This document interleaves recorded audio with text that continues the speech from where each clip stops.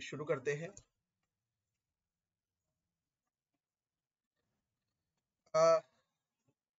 आज हम vector algebra class 12th का मिसलेनियस डील करेंगे।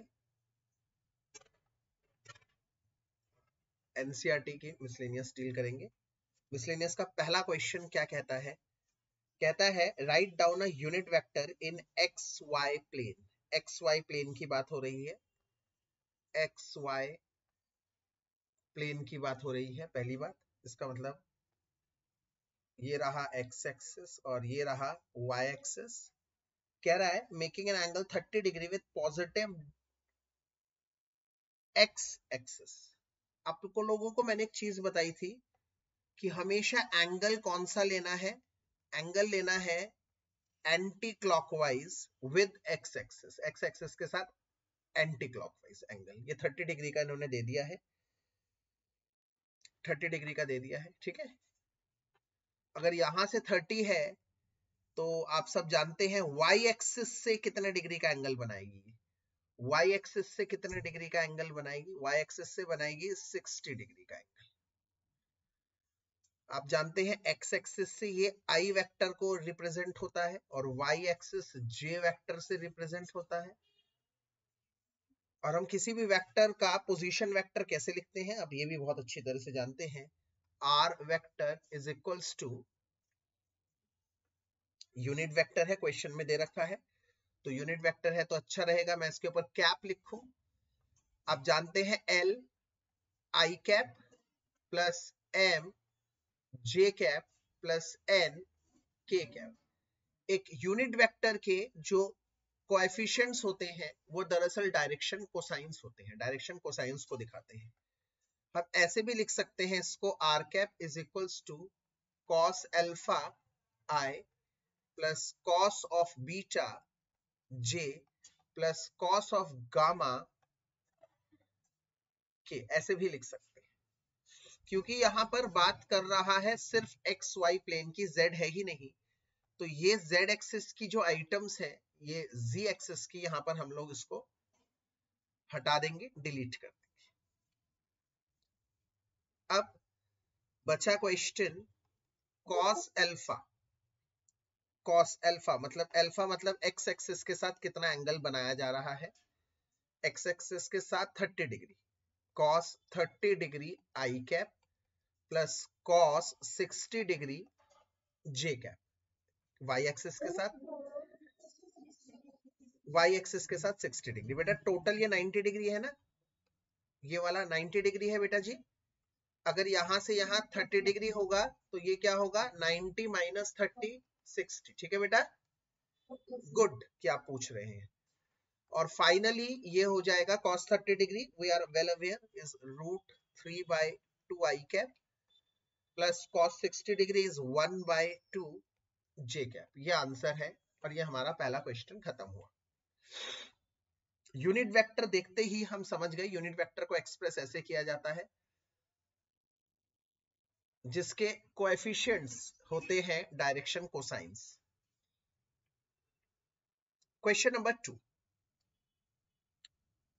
कह रहा है find the scalar component of a scalar component and magnitude. Scalar component और मैग्नीट्यूड पूछ रहा है। जो पॉइंट्स हैं वो कौन से दे रखे हैं उसने? x1 y1 z1। एक पॉइंट P है x1 y1 z1 और एक पॉइंट Q है x2 y2 और z2। तो PQ के अगर आप पूछते हैं स्केलर वैल्यूज क्या होंगी? x2 minus x1, y2 minus y1 और z2 माइनस z1। तो अगर स्केलर कंपोनेंट कोई पूछता है, मतलब पहले वेक्टर अगर बनाओ x2 minus x1 i cap plus y2 minus y1 j cap plus z2 minus z1 k cap. अब अगर इसमें आप पूछते हैं स्केलर कंपोनेंट क्या है, तो स्केलर कंपोनेंट है जो i jk के साथ वाले हैं, मतलब x2 minus x1 comma y2 minus y1 comma z2 minus z1। और अगर आप मुझसे पूछते हैं इसका मैग्नीट्यूड, तो मैग्नीट्यूड आप जानते हैं कैसे निकालते हैं, रूट में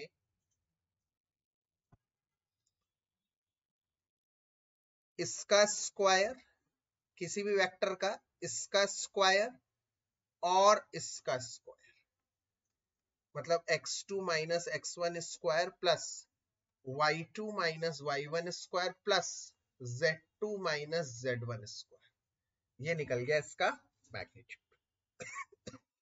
एक्सक्यूज मी। क्वेश्चन नंबर 3, अच्छा क्वेश्चन है।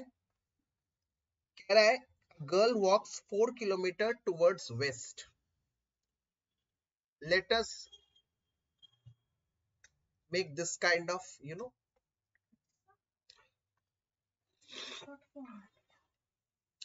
this is east, this is west, this is north, this is south। तो क्या कह रहा है कि एक लड़की 4 किलोमीटर जाती है पहले वेस्ट की तरफ, 4 किलोमीटर मान लिया यहां पर है, तो यहां से 4 किलोमीटर गई है, इसका मैग्नीट्यूड है 4 किलोमीटर, ये है O, तो इसे मान लिया हमने A, यहां पर वेस्ट में गई है।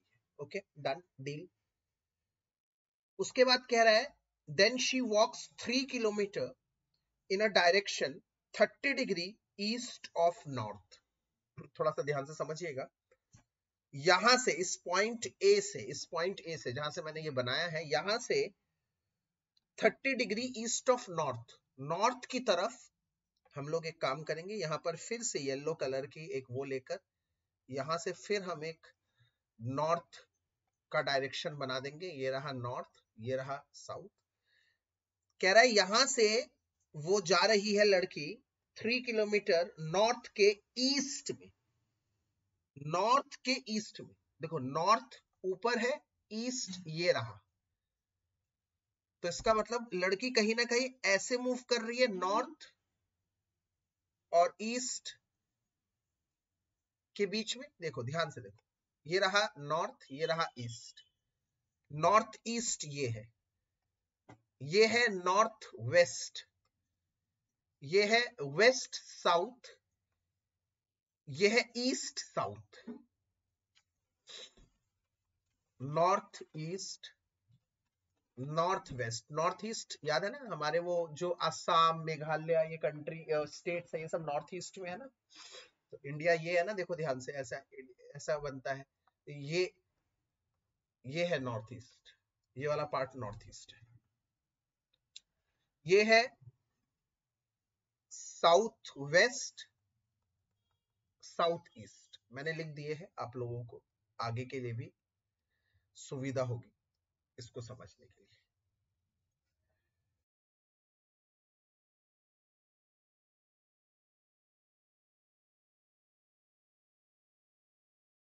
अब ये कितना जा रहा है वहां पर, 3 किलोमीटर।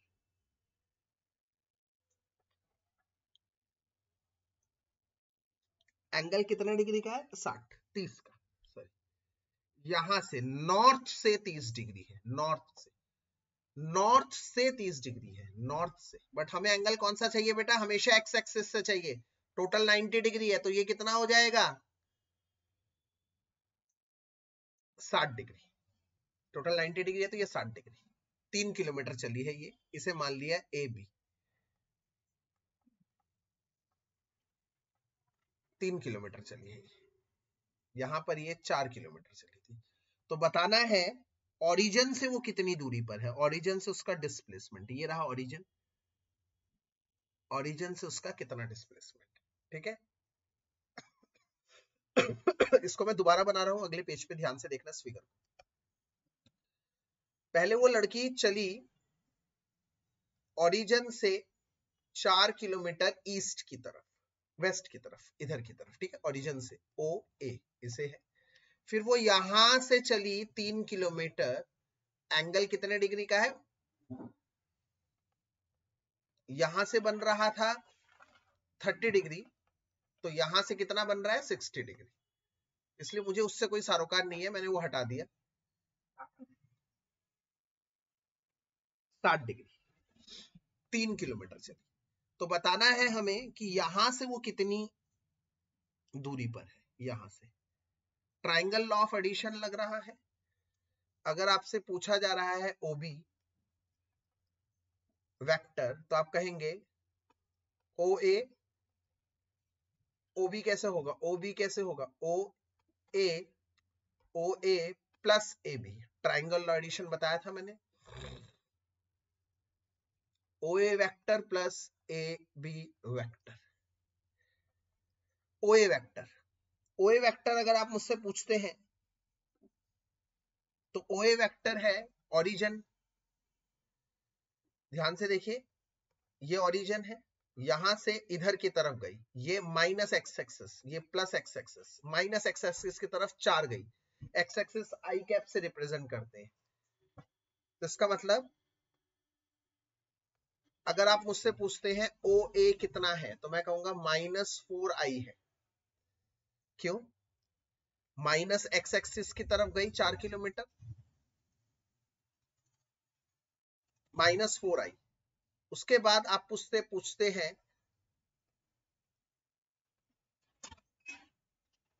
ए बी वेक्टर कितना है, ए बी।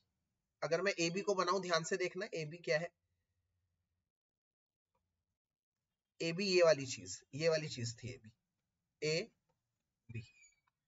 इसमें यहां से एक्स एक्सिस से कितना डिग्री एंगल बना रहा है, 60, वाई एक्सिस से कितना बना रहा है, 30। ये एकदम फर्स्ट क्वेश्चन की तरह है, फर्स्ट क्वेश्चन की तरह। इसमें सिर्फ एक्स और वाई की वैल्यू दे रखी है, एक्स एक्सिस के साथ 60 डिग्री। तो ए बी क्या हो जाएगा, ए बी कैसे लिखोगे, ए बी को तो ए बी का यूनिट वेक्टर कैसे लिखोगे, यूनिट वेक्टर, ए बी का यूनिट वेक्टर लिखोगे कॉस अल्फा आई कैप प्लस कॉस बीटा जे कैप। ऑब्वियसली यूनिट वेक्टर की बात हो रही है, पहले क्वेश्चन में भी सेम था। तो यहां per unit vector cos alpha कितना दे रखा है, आई, आई मतलब एक्स एक्सिस के साथ कितना एंगल बना रही है, 60, कॉस 60 डिग्री और उसके साथ 30 डिग्री। तो ए बी का यूनिट वेक्टर आ जाएगा, कॉस 60 की वैल्यू है 1/2, कॉस 30 की वैल्यू √3/2 जे। अब ये ए बी का यूनिट वेक्टर आ गया बच्चों। ए बी का यूनिट वेक्टर मतलब ए बी की डायरेक्शन में चला गया 1 किलोमीटर में इतना डिस्प्लेसमेंट हो गया, ए बी के डायरेक्शन में चला गया 1 किलोमीटर यूनिट। बट यहां पर 1 किलोमीटर नहीं चला, इसका कितना मैग्नीट्यूड दे रखा है बताइए तो, 3। तो इसका मतलब A B vector, unit vector मतलब इसका मतलब है जिसका मैग्नीट्यूड 1 किलोमीटर है, इसका मतलब जिसका मैग्नीट्यूड गिवन है, कितना गिवन है, 3। तो हम इसको 3 से मल्टीप्लाई कर देंगे, 1 किलोमीटर जितना चला उसको 3 से मल्टीप्लाई कर दिया। तो इसको 3 से मल्टीप्लाई कर दीजिए, आई प्लस √3/2 जे। तो ये आ जाएगा, ए बी वेक्टर आ जाएगा 3/2i प्लस √3/2 जे। इसे इक्वेशन नंबर 1 थी जो हमें टारगेट चाहिए था, ओ बी चाहिए था हमें। Put in equation 1 O B vector is equals to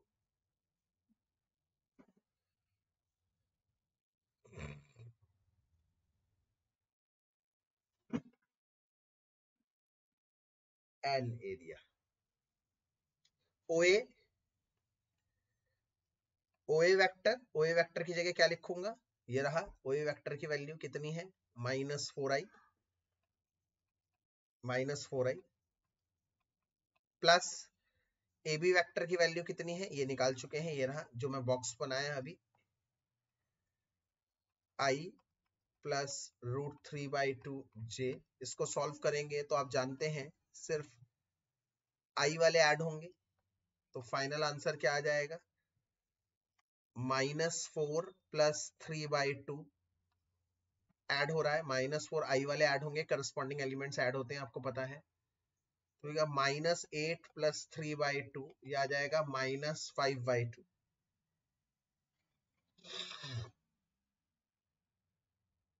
तो ये आ जाएगा -5/2 आई कैप प्लस √3/2 जे कैप। बहुत सिंपल क्वेश्चन है और ये क्वेश्चन एमसीक्यूज में बहुत अच्छा लगता है मुझे। MCQs में आने के लिए। ठीक है, एक बार दोबारा देख लीजिए शुरू में क्या कह रहा है, एक बार दोबारा बता रहा हूँ, एक बार ब्रीफ कर रहा हूँ। एक लड़की 4 किलोमीटर इधर की तरफ गई, तो इसका कैसे रिप्रेजेंट करेंगे, 4 आई कैप से। उसके बाद नॉर्थ ऑफ ईस्ट यहां 3 किलोमीटर इस डायरेक्शन, यहां से इसकी तरफ अल्फा है 30 डिग्री, ये है 60 डिग्री, कॉस अल्फा, ये अल्फा है, ये बीटा है, अल्फा 30 बीटा 60। इसका हम यूनिट वेक्टर निकाल लेंगे, फिर यूनिट वेक्टर को 3 से मल्टीप्लाई करेंगे क्योंकि 3 मैग्नीट्यूड है। फिर ट्राइंगल लॉ ऑफ एडिशन से हमने निकाल लिया डिस्प्लेसमेंट कितनी है। अगले क्वेश्चन पे चलते हैं, क्वेश्चन नंबर 3 पर, 4th पर।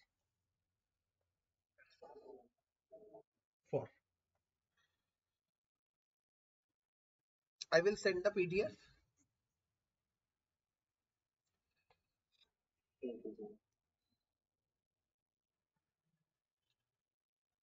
अगला क्वेश्चन, 4th क्वेश्चन पढ़िए जरा एक बार।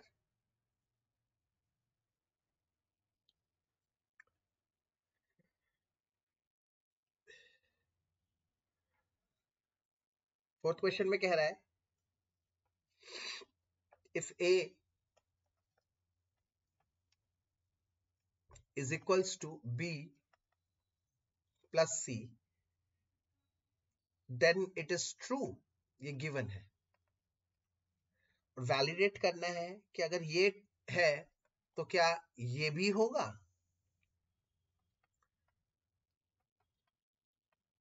ये भी होगा। वैलिडेट करना है, वैलिडेट मतलब चेक करना है। अगर ये गिवन है, बिल्कुल कर सकते हैं, बिल्कुल कर सकते हैं। अगर आप कह रहे हैं सर इसका हम खुद एग्जांपल लेके कर सकते हैं, तो बिल्कुल कर सकते हैं। पर मैं आप एक बेसिक चीज जरूर बताना चाहूंगा, इसमें आप बहुत इजी तरीके से कर सकते हैं, एग्जांपल लेने की भी जरूरत नहीं है। कैसे? अगर आपने मान लिया, अभी जैसे पीछे क्वेश्चन कराया उसी से बता रहा हूं, ओ ए मान लीजिए ये ए वेक्टर है, ओ ए जा रहा है, ओ ए की तरफ जा रहा है।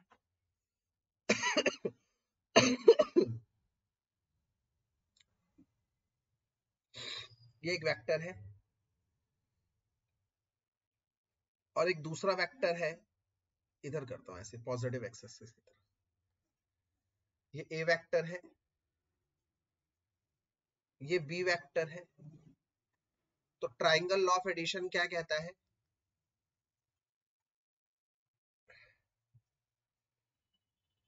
ट्राइंगल लॉ ऑफ एडिशन क्या कहता है, triangle of law of addition कहता है कि A vector plus B vector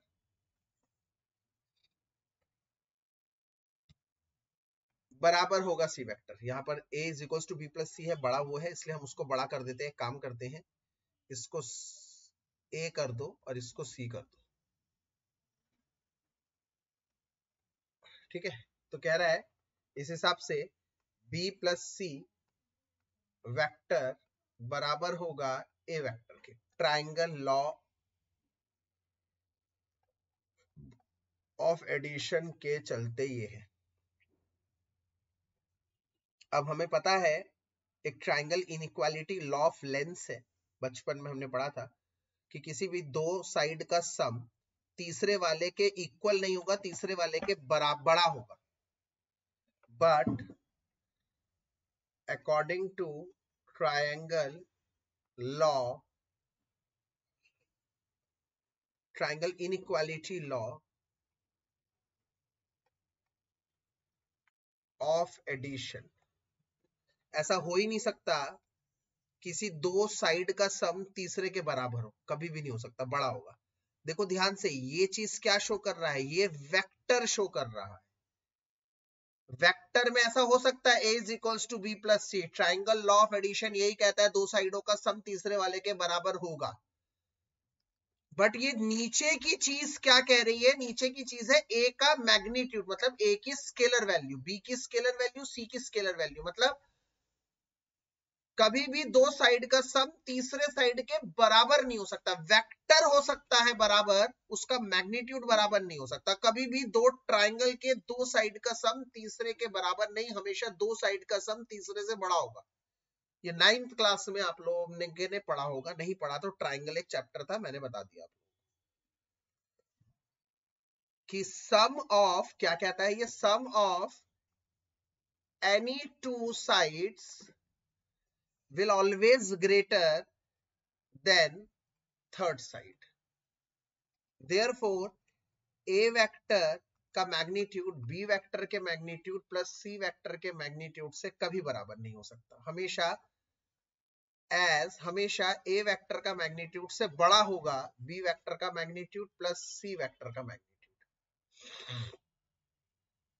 मैं दोबारा एक बात बता दूं, A is equals to B plus C, ये हो सकता है वेक्टर के दो साइड का सम तीसरे साइड से हो सकता है, ये ट्राइंगल लॉ ऑफ एडिशन है वेक्टर। बट जब मैं इनके आगे ऐसे डंडे लगा देता हूं तो इसका मतलब उन वेक्टर का मैग्नीट्यूड हो जाता है, मतलब ट्राइंगल के साइड की बात बता रहा हूं। तो कभी भी दो ट्राइंगल के साइड का सम तीसरे के बराबर हो ही नहीं सकता, हमेशा दो साइड के सम तीसरे से बड़ा होगा। अगर आप सोच रहे हैं सर हम कोई नॉर्मल वेक्टर लेकर प्रूफ करना चाहे अपने एग्जांपल से, तो क्या कर सकते हैं? यस, मोस्ट वेलकम, आप कर सकते हैं। 5th क्वेश्चन पे चल रहा हूं। Find the value of x for which x i plus j plus k is a unit vector. ये यूनिट वेक्टर है। पहले तो मैं इसको ऐसे लिख दूं, xi plus xj plus xk, ये यूनिट वेक्टर है। मान लिया, अज्यूम कर लिया a है। अब a एक यूनिट वेक्टर है, इसका मतलब जो इसका मैग्नीट्यूड होगा a का जो मैग्नीट्यूड होगा वो कितना होगा प्यारे लाल? 1। और वो किसके बराबर होता है? इनके कोफिशिएंट्स के सम के। अगले स्टेप में ये 1 हो जाएगा, क्यों? क्योंकि एक यूनिट वेक्टर दिया हुआ है। तो ये हो जाएगा 3x स्क्वायर, तो ये हो जाएगा 1 बराबर क्या बोलते हैं, √3x, तो 1/√3 इज इक्वल्स टू x। ठीक है, इजी पीजी क्वेश्चन था, चिल करेंगे, प्लस माइनस। अगले उसमें चलते हैं, क्वेश्चन नंबर 6 पे। कह रहा है find a vector of magnitude 5। पहले वेक्टर जिसका मैग्नीट्यूड 5 है उसकी बात कर रहा है, and parallel to the resultant vector of this. A vector 2i plus 3j minus k है, B vector i minus 2j plus k है। कह रहा है इनके सम के parallel.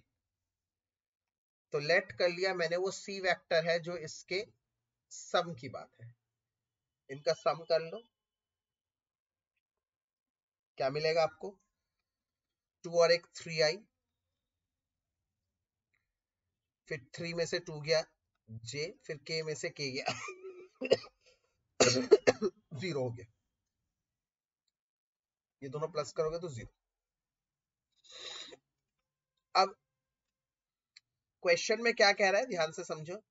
Find a vector of magnitude 5। Magnitude 5 का वेक्टर निकलवाना है। मैंने पहले भी डे 1 में कहा था आपको, कोई भी इच्छा का मैग्नीट्यूड निकालना हो तो पहले यूनिट वेक्टर निकालो। यूनिट वेक्टर मतलब जिसका मैग्नीट्यूड 1 है, फिर जो भी उसका मैग्नीट्यूड है उसको 5 से मल्टीप्लाई करो। तो पहले हम इसका यूनिट वेक्टर निकालेंगे, पर क्या रहा है?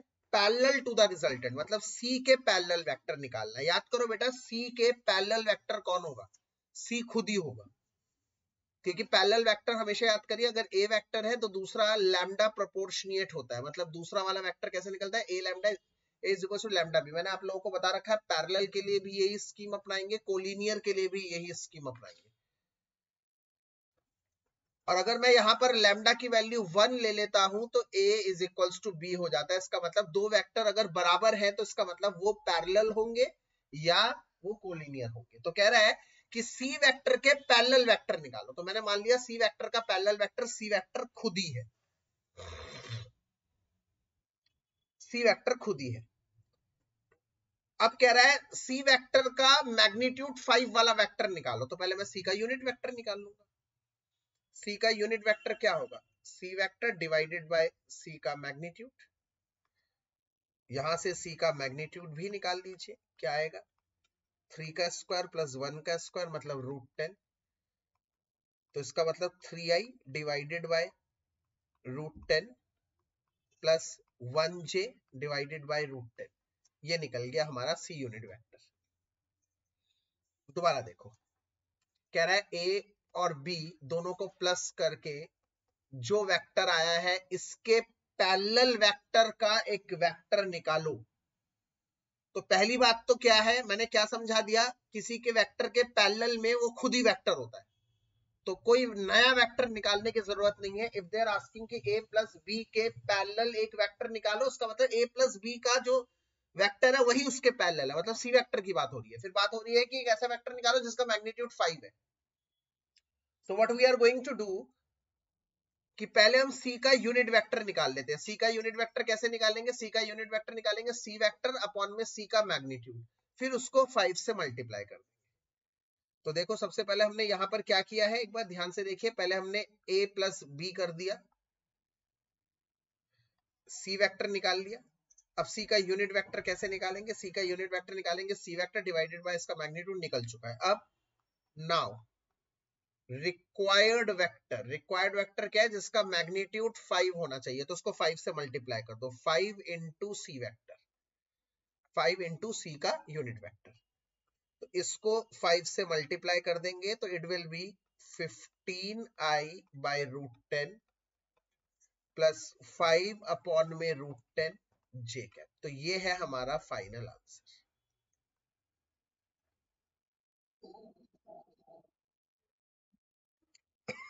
क्या कह रहे हैं बेटा?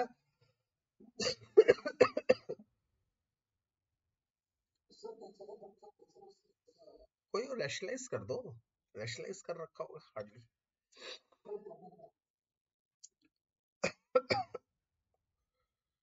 अच्छा,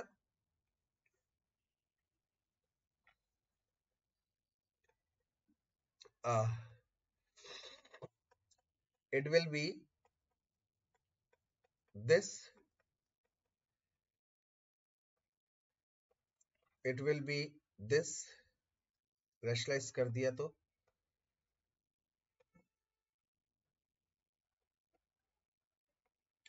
3√10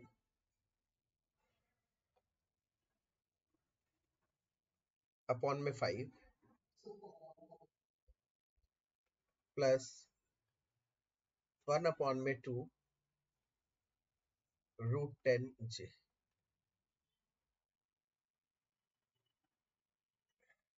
अगला क्वेश्चन, क्वेश्चन नंबर 7 कह रहा है ए वेक्टर दे रखा है, क्या है A vector, i plus j plus के,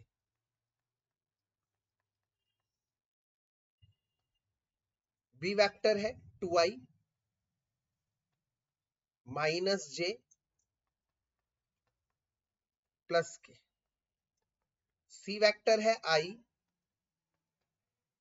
माइनस 2j प्लस के। कह रहा है find a unit vector parallel to the vector 2a minus b plus 3c। अब एक काम कर लेते हैं, हम इस पूरे को अज्यूम कर लेते हैं एक वेक्टर डी वेक्टर। तो क्या कह रहा है कि डी वेक्टर के पैरेलल एक यूनिट वेक्टर निकालो। तो सबसे पहले आप लोग ये समझ गए, किसी भी वेक्टर के पैरेलल कौन सा वेक्टर होता है, वो वेक्टर खुद होता है।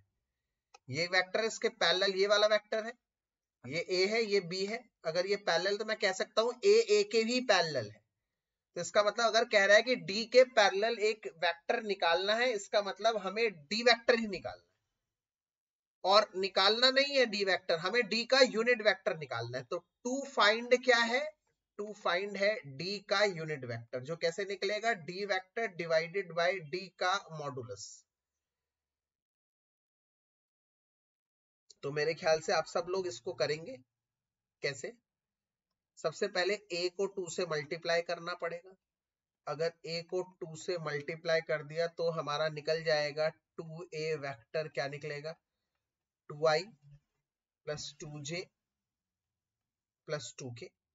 फिर कह रहा है माइनस बी को तो एज इट इज रहने देना है, सी को 3 से मल्टीप्लाई करना है। तो 3c क्या निकलेगा, 3i 6j प्लस 3k, ये वेक्टर आ गया। अब हमें क्या करना है, नाउ हमें निकालना है डी वेक्टर। वो कैसे निकलेगा, 2a vector minus B plus 3c। I इसका क्या है 2, आई वाला कंपोनेंट क्या है 2, इधर क्या है माइनस बी, मतलब बी का माइनस हो जाएगा, प्लस 3c इसका प्लस हो जाएगा। ये आई आ गया जे वाले का। अब क्या नेक्स्ट क्या है, बी वाला भी सेम करेंगे, 2b माइनस बी मतलब 2a ये रहा, माइनस बी, बी मतलब इसका -1 है तो माइनस -1 +1 हो जाएगा, प्लस 3c -6, फिर k 2 -3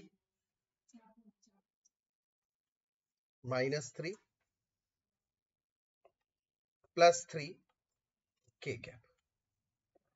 तो ये आ गया 3i, 2 और 1 3 माइनस 3j, 3 से 3 कट गया, प्लस 2k। ओके, तो ये आ गया डी वेक्टर। यहीं पर डी वेक्टर का आप मैग्नीट्यूड भी निकाल लीजिए।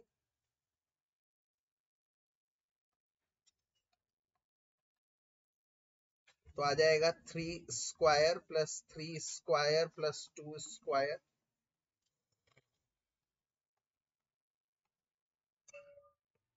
√22। नाउ निकालना क्या है हमें, डी का यूनिट वेक्टर होगा D vector divided by D का मैग्नीट्यूड। डी वेक्टर क्या है, ये है हमारा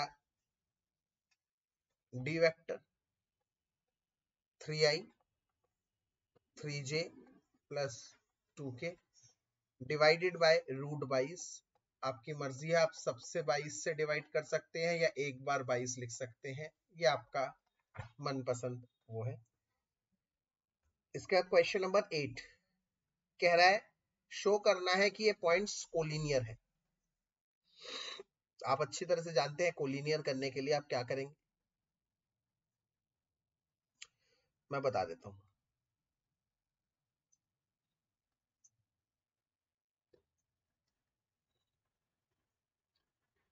मान लिया ए पॉइंट है, ए पॉइंट है 1, -2 और -8, बी है 5, 0, -2 और सी है 11, 3, 7। कोलिनियर करने के सबसे बेस्ट मैंने आपको डे 1 बता दिया था। इन दोनों का इस्तेमाल करके x2 - x1 y2 - y1 z2 - z1 करके निकाल लेंगे एक वेक्टर ए वेक्टर। फिर इन दोनों का इस्तेमाल कर कर bc का इस्तेमाल कर कर x2 - x1, अब ये x2 हो जाएगा, ये x1, ये y2, ये y1, ये z2, ये z1। इससे निकल जाएगा एक वेक्टर बी वेक्टर, और ये वेक्टर आपस में प्रोपोर्शनिएट होंगे, मतलब A vector must be equal to lambda times of B vector, मतलब वो सेम होगा, उसमें से कुछ कॉमन शॉमन निकल आएगा। ठीक है, मतलब बी वेक्टर ए वेक्टर ही बन जाएगा अगर मैं उसमें से कोई वैल्यू कॉमन निकाल लूं। अगर वो है then A vector is parallel to B vector और कोलिनियर। कोलिनियर की कंडीशन और पैरेलल की कंडीशन दोनों एक जैसी है। ठीक है भाई, ये बात हो गई एक। अब इसमें एक और बात कह रहा है फाइंड द रेशियो, रेशियो बताओ जिस रेशियो में बी काट रहा है ए और सी को। तो ये क्वेश्चन तो बहुत इजी हो गया, क्लास 10th का क्वेश्चन हो गया। नहीं, लेट कर लिया, वो k/1 में कट कर रहा है उसको, late B divides AC in K/1, तो फिर कैसे निकालेंगे? तो B वेक्टर जो होगा वो क्या होगा? K A vector plus C vector upon में K+1। इस तरह से हम लोग, मतलब B का position vector is equal to K C vector, Kx2 होता है ना, फार्मूला याद करिए, Kx2 प्लस x1 अपॉन में K+1। तो Kx2 मतलब पहला वेक्टर है A, B बीच का और ये C तीसरा, तो Kx2 मतलब KC vector plus A vector upon में K+1। तो अगर ये वाले पार्ट का करना चाहूं तो B का पोजीशन वेक्टर क्या होगा? B के पोजीशन वेक्टर, यस, क्या होंगे? B के position vector 5i plus 0j minus 2k is equals to k C। C vector के पोजीशन वेक्टर क्या होंगे भाई? 11i plus 3j plus 7k plus A vector के पोजीशन वेक्टर क्या होंगे? i minus 2j minus k upon में K+1। आप इसको सॉल्व कर लीजिएगा, लैम्डा की वैल्यू आ जाएगी।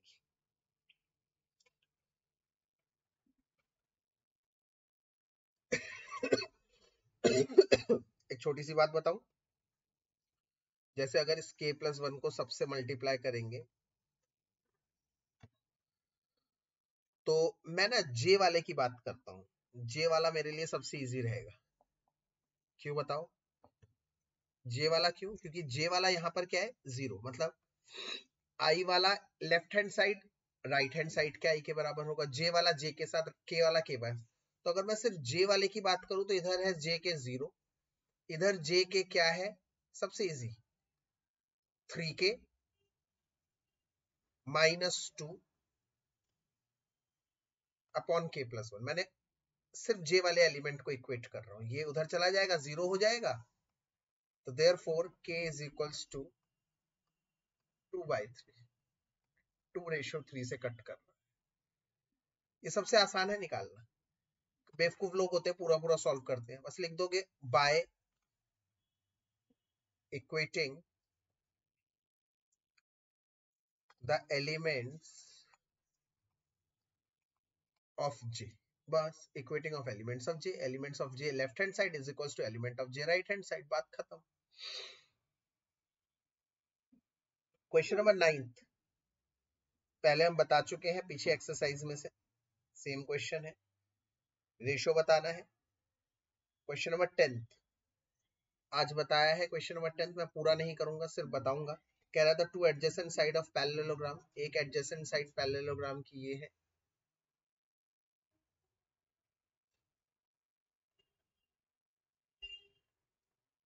फोर जे प्लस 5k। इसको मैंने मान लिया है भैया, हमेशा मान लेता हूं मैं, तो ए मान लो, इतना बड़ा बड़ा लिखने के ना हवा में, आई माइनस 2j माइनस 3k और ये आ जाएगा बी वेक्टर।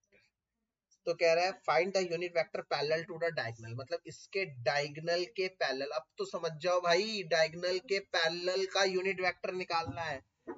डायगोनल के पैरेलल वेक्टर निकालना है, इसका मतलब क्या? डायगोनल खुद,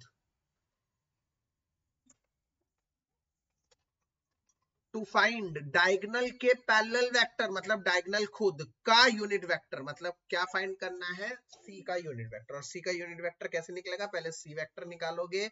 सी वेक्टर कैसे निकालोगे? ट्राइंगल लॉ ऑफ एडिशन से निकालोगे और फिर उसके नीचे उसका magnitude and area of parallelogram. Area of parallelogram मैंने क्या बताया? सुबह ही आज डिस्कस किया था, जो बच्चे नहीं थे सुबह। एरिया ऑफ पैरेललोग्राम क्या होता है? ए क्रॉस बी का मैग्नीट्यूड, ए क्रॉस बी, ए और बी का क्रॉस प्रोडक्ट निकालो, फिर उसका मैग्नीट्यूड निकालो, वो होता है एरिया ऑफ पैरेललोग्राम। ठीक है, ये अपने आप करेंगे। Question number 11, show that the direction cosines of a vector equally inclined है इस पर, और उसके डायरेक्शन कोसाइंस ही है। पहले भी कर चुके हैं, आज ही ऊपर करा है हम लोगों ने। इक्वली इंक्लाइंड का मतलब क्या है? इक्वली इंक्लाइंड का मतलब है, इक्वली इंक्लाइंड का मतलब क्या है? एक वेक्टर इक्वली इंक्लाइंड है मतलब एंगल इक्वल बना रहा है, मतलब अल्फा, बीटा और गामा तीनों बराबर है। तो अगर ए वेक्टर पूछ रहा है तो वो होगा cos alpha I plus cos beta, beta की जगह भी आ जाएगा अल्फा, फिर cos गामा, गामा की जगह भी आ जाएगा alpha.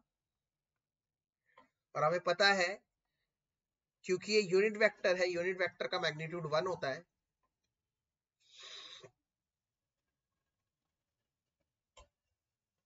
cos square alpha, cos square alpha, cos square alpha, ये 1 आ जाएगा। 1 इधर आके स्क्वायर कर दोगे तो 1 का स्क्वायर 1 ही है, और 3 cos स्क्वायर अल्फा।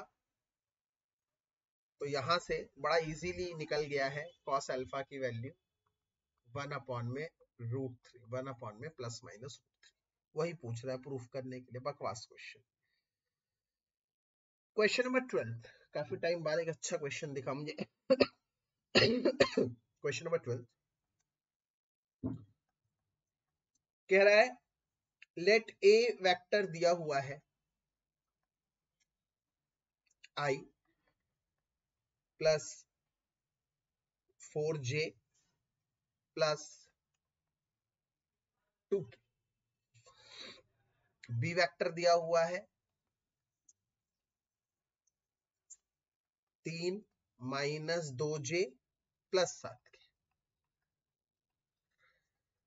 और सी वेक्टर दिया हुआ है 2i माइनस j प्लस 4 के। कह रहा है find a vector d which is perpendicular to both a and b, मतलब एक d वेक्टर निकालना है। ठीक है भाई, लेट कर लिया। d वेक्टर क्या है? xi, yj और z के।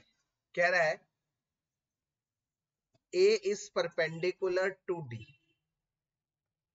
दैट इज परपेंडिकुलर मतलब मैंने सुबह भी बताया, अब भी बताऊंगा, परपेंडिकुलर मतलब इनके डॉट प्रोडक्ट 0 होगा, क्योंकि परपेंडिकुलर मतलब थीटा 90 डिग्री है और कॉस 90 डिग्री होता है 0।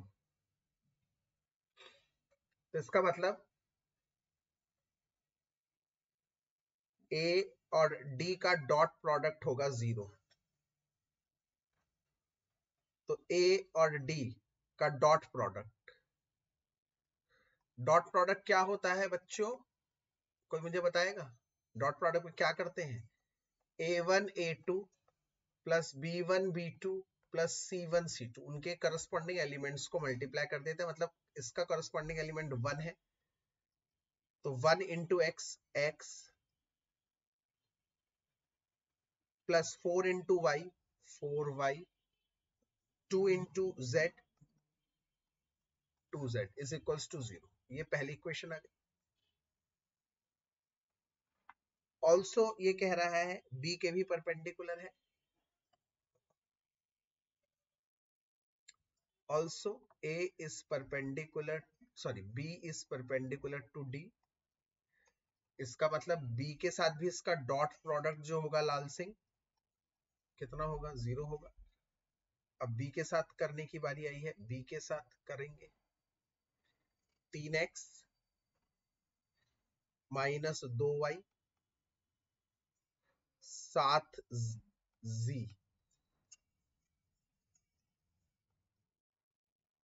Is equals to 2। यहां से हमारी ये दो इक्वेशंस निकल गई। अब तीसरी चीज कह रहा है सी डॉट डी 15 है, ऑल्सो परपेंडिकुलर नहीं है, सी डॉट डी 15 है। इसका मतलब अब सी के साथ करिए, सी के साथ करिए 2x ऐसे ऐसे, समझ में आ गया ना, जैसे उधर कर रहे थे 2x minus Y plus 4z is equal to 0 नहीं है भैया, इस बार 15 है। अब हमारे पास तीनों इक्वेशंस आ चुकी हैं।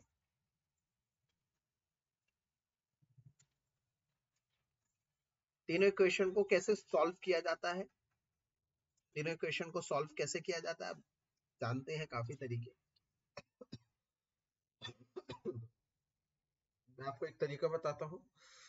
आप 1 और 2 को सॉल्व कर कर लाइएगा एक इक्वेशन 4, 2 और 3 को एक सॉल्व करके लाइएगा 5।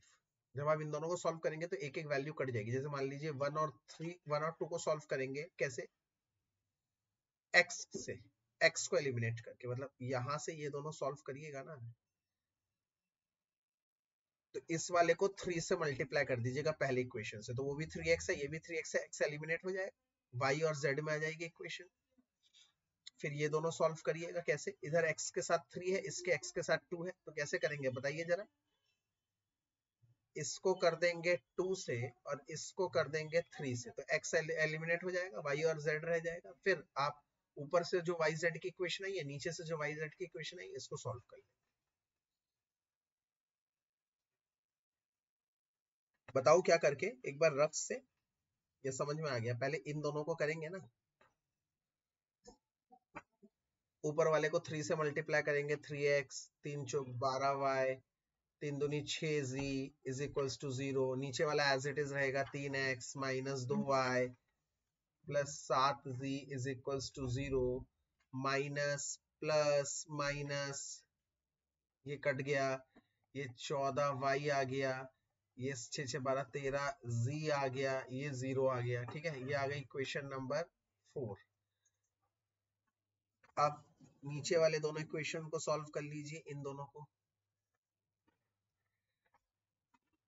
इसको करेंगे 2 से और इसको करेंगे 3 से। तो 2 से करेंगे तो 2 3 दा 6, 2 2 दा 4y, 2 7 दा 14 z इज इक्वल्स टू 0। इसको नीचे वाले को 3 से करेंगे तो 3 दूनी 6x minus 2y, sorry 3y 3 चौक 12z इज इक्वल्स टू 3 पंजे 45 minus plus minus minus minus y plus 2z is equals to minus 45। ये आ गई इक्वेशन नंबर 5। अब इन दोनों को सॉल्व कर दीजिए जरा बस। ये रहा ये इक्वेशन और ये, इन दोनों को सॉल्व करेंगे y और z निकल जाएगा, फिर किसी इक्वेशन में डाल दीजिएगा x आ जाएगा। ठीक है, अब आते हैं अगले क्वेश्चन, क्वेश्चन नंबर 13। कह रहा है the scalar product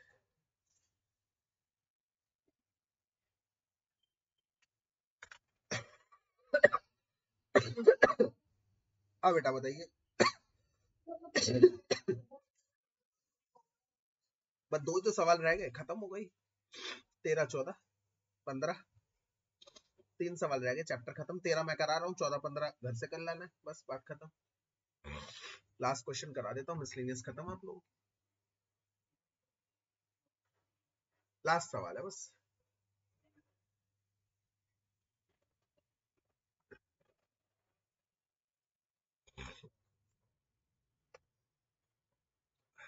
thirteen question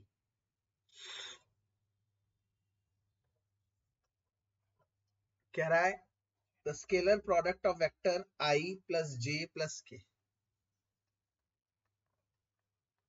इसका स्केलर प्रोडक्ट, पहले तो मान लो भाई तुम ना, इसे मान लिया ए वेक्टर, ठीक है भाई, with a unit vector along the sum of vectors. मतलब अब क्या है, बी क्या है, बी वेक्टर क्या कह रहा है, 2i 4j minus 5k। C vector क्या कह रहा है, लैम्डा आई प्लस 2j प्लस 3k। कह रहा है इन दोनों के सम, इन दोनों का सम करो, फिर उसका यूनिट वेक्टर निकालो। तो पहले हम काम करते हैं, इस दोनों को सम निकालकर यूनिट वेक्टर निकाल लेते हैं, डी मान लेते हैं उसको, डी। तो डी क्या है, बी प्लस सी। तो डी क्या निकलेगा, करस्पॉन्डिंग एलिमेंट प्लस हो जाएगा 2 प्लस लैम्डा आई, 4 और 2 6 जे, -5 प्लस 3 -2 के। और डी का मैग्नीट्यूड क्या निकलेगा भाई, 2 plus lambda square plus 36 plus 4।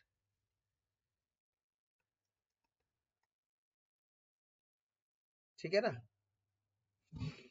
इसको सॉल्व करो, A square plus B square plus 2ab plus 40, तो उसका मैग्नीट्यूड आ जाएगा लैम्डा स्क्वायर 4 लैम्डा प्लस 44। ये आ गया। इसको, ये इतनी बड़ी चीज है ना, इसको मान लो एक, कुछ भी मान लो, इसको कोई कांस्टेंट मान लो, के, लेट कर लो के। तो देयरफॉर डी का यूनिट वेक्टर क्या निकलेगा, डी वेक्टर अपॉन में डी का मैग्नीट्यूड। डी वेक्टर क्या है, 2 प्लस लैम्डा अपॉन में के आई प्लस 6j अपॉन में के -2k अपॉन में के मान लिया। अब कह रहा है ये एक वो है, यूनिट वेक्टर है भाई। अगला अगला एक यूनिट वेक्टर है, और दूसरा कह रहा है कि ये वेक्टर जो ए दिया हुआ है, क्वेश्चन में गिवन है, जो ए वेक्टर है, ए वेक्टर का, बेटा एक सेकंड होल्ड करिए।